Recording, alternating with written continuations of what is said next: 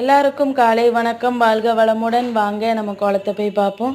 நம்ம கோலம் எப்படி இருக்குன்னு பார்த்து சொல்லுங்கள். இன்றைக்கி சிம்பிளாக தான் போட்டிருக்கேன். நல்லா இருந்துச்சுன்னா நல்லா இருக்குன்னு சொல்லுங்கள், நல்லா இல்லைனாலும் நல்லா இல்லைன்னு சொல்லுங்கள்.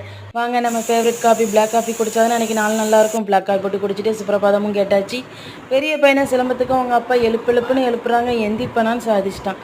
அதுக்கப்புறம் எந்திரிச்சு உட்காந்துட்டு ஏமா நீ சிலம்பத்துக்கு எழுப்பலை அப்படிங்கிறவர் நம்மளை கேள்வி வர கேட்டுக்கிட்டு உட்காந்துருக்கான். சரி, இன்றைக்கி ஒரு நாள் தானே லீவு, விழுந்துட்டு போட்டுன்னு விட்டாச்சு.